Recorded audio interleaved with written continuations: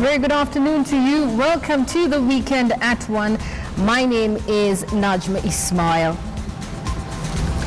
Now, preparations are underway here in Kenya's capital, Nairobi, for the second anniversary of the Westgate terror attack in which nearly 70 people were killed. Some of the survivors have since moved on, but they say the memories of that day remain fresh in their minds. Now, a short while ago, we spoke to one of them, Joyce Gikunda. Take a look. I may want to focus on Westgate at all times, thinking that it was the worst. But I don't think that it was the worst. Whether it affects 4 people or 10 people, terrorism is terrorism. It is bad. And when the Garissa one happened, is being a mother, a grandmother, I put my heart there.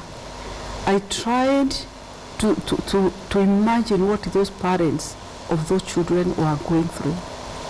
Leave alone the people who are there, because some of them are gone, most of them are gone. You've suffered maybe the agony of being shot and the pain for an hour or so, you go. But we forget the people who have been left behind, like our friend is telling us. Those widows, those orphans that have been left without any support. They go through anguish. They lose their source of livelihood. They lose focus. And they are always at the back of their mind, they know that it was out of this ugly thing called terrorism that they lost their father or they lost their mother. And now they can't be what they wanted to be. There are a lot of dynamics in this matter. We cannot lay the blame on one person, but I think I pinpoint it all to corruption. It all boils to the corruption in this country and the heartlessness where we have reached. Our hearts are so hardened that we can, if we can shoot somebody in cold blood, we can watch them die. So it has gone to the extent that I can take just 50 shillings to betray somebody to be put to gallows. So that is what really hurts me most, because it's not just the government, it is the people of Kenya who have become so I don't know what has gotten into them. An evil, let me say, an evil spirit has captured the hearts of men, that they no longer value human life. Now, in Somalia, the government maintains that Al-Shabaab's capacity to cause terror has been dealt an irreversible blow at the port in Mogadishu. Officials say normal operations have resumed following years of anarchy. Now, a visit to the Mogadishu seaport today reveals a hub of activity, massive business and transformation. Here now, ships dock as others wait in tow. Modern containers have replaced the dhows with new cranes moving cargo to and from ships. This Mogadishu's major route for exports and imports, with the former mainly comprising of fruit and livestock. A trailer leaves the Mogadishu seaport as a crane transfers containers from a truck to a ship docked at the port. After decades of war, the activity at the Mogadishu seaport is an indicator of the business transformation in Mogadishu. Modern ships have replaced dhows. This ship docks as others wait in tow. Improved security and a reduced threat of piracy have opened up the port for more business. Thousands of containers come and leave the port every day. It looks like new management coming to Mogadishu port, and it's growing very fast. Coming international companies such like Permalines, Mediterranean Shipping Company, CMA CGM, and everybody like to have business with Mogadishu because it's a growing up market. Yeah, and I believe very soon everything will be fine in Mogadishu. Very nice people, everything okay. The Mogadishu seaport was handed over by the government to Turkish company Al Bayrak, which has already installed modern facilities, including communication equipment. During months is cargo growing for Mogadishu, container growing. Also around 300 units we delivering every month. This is only our ship. 300 loaded containers we taken back empty, going back to Jebel Ali and bring it back. So easy, port is growing. Mogadishu has been struggling to regain its footing following decades of lawlessness and more recently numerous attacks by Al-Shabaab. Officials believe the modernized seaport will create employment for hundreds of Somali youths as the country begins to reap the benefits of peace. Rita Tinina, KTN News. Now, Uganda's fallen Internal Affairs Minister General Aronda Nyakairima is due to be buried later today. Aronda was died on his way back from a foreign trip, and according to results from a post-mortem examination, the minister died of an acute heart failure due to extensive and irreversible blockade of the heart blood vessel. A 17-gun salute will be accorded to the former army commander, who will be buried at his hometown in Rukunjiri on Thursday. The body of the former chief of defense force, where the house held a special sitting to honor the fallen minister, who also represented the Ugandan People's Defense Forces, UPDF, as the MP. Live pictures there from Uganda.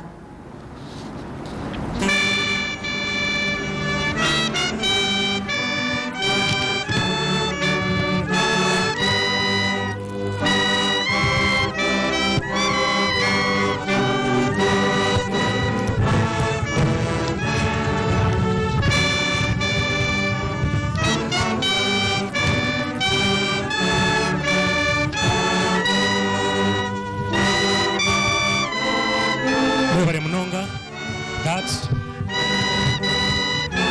was the ceremony,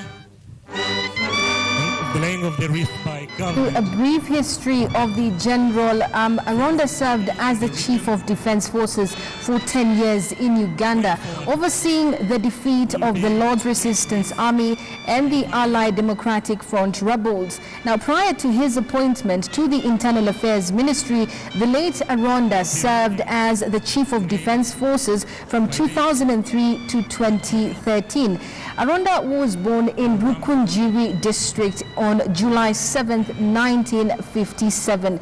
He attended Kitugum High School in the district before he joined Makerere University in 1978, where he pursued a bachelor's degree in political science. Now, he graduated in 1981 and joined the National Resistant Army Guerrilla Force in 1982. Shortly after leaving Makerere University, that is. Now, in 1989, the late general attended a basic military officer's course 3 years after the NRA captured power. He worked as a military intelligence officer before he was appointed assistant director in the Directorate of Military Intelligence under the Ugandan People's Defense Forces. Also to notice that Aronda worked under the Presidential Protection Unit, commanding officer of the Armored Brigade, and represented the army in Parliament from 1966 until his death.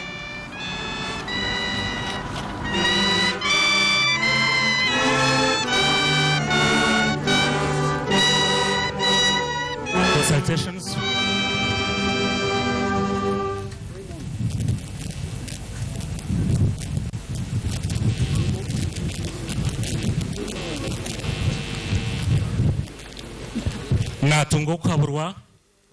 We will be bringing you the happenings there at the burial in Rukunjiri area, Uganda, later on KTN News.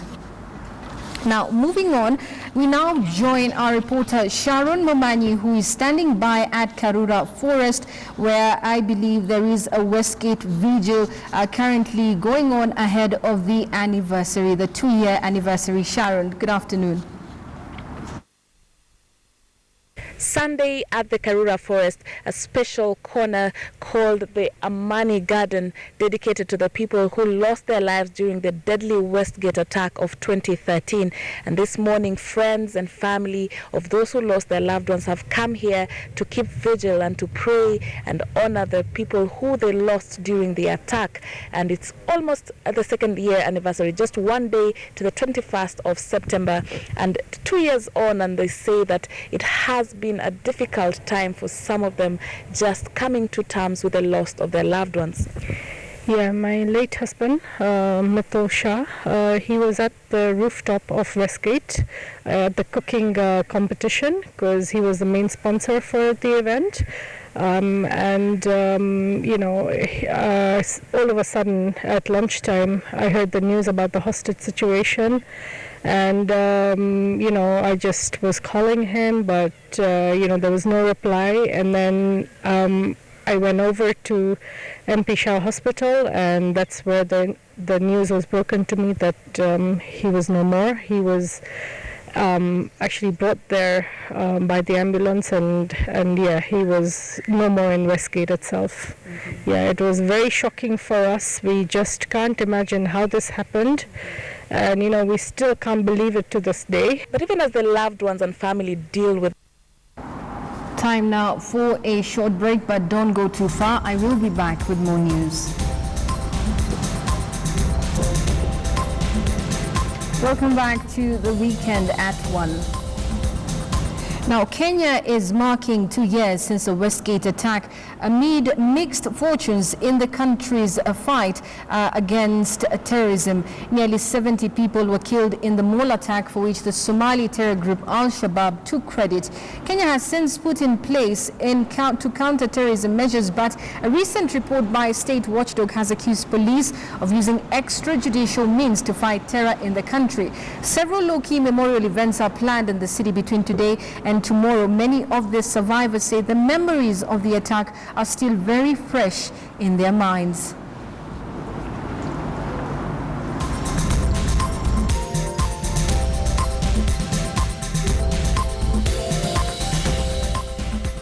Now, for a country known for its war and terror, a certain neighborhood in Somalia is breaking that norm.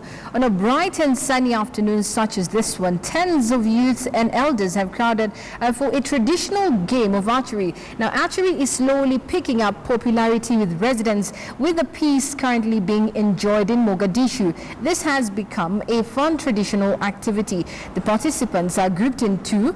The winners earn their ranks, while the losers collect all the arrows shot during the match. It has become a game appreciated by both the youth and the elders. They gather in sizable groups as spectators and cheerleaders. Now, Abdi Fattah Omar Halane, spokesperson of Banadi Regional Administration, says such forms of entertainment keep communities engaged and away from mischief. Take a look. For a country known for its war and terror, a certain neighborhood in Somali is breaking that norm. On a bright and sunny afternoon such as this one, tens of youths and elders have crowded for a traditional game of archery. Archery is slowly picking up popularity with residents. With the peace currently being enjoyed in Mogadishu, this has become a fun traditional activity. The participants are grouped in two. The winners earn their ranks, while the losers collect all the arrows shot during the match. It has become a game appreciated by both the youth and the elders. They gather in sizable groups as spectators and cheerleaders.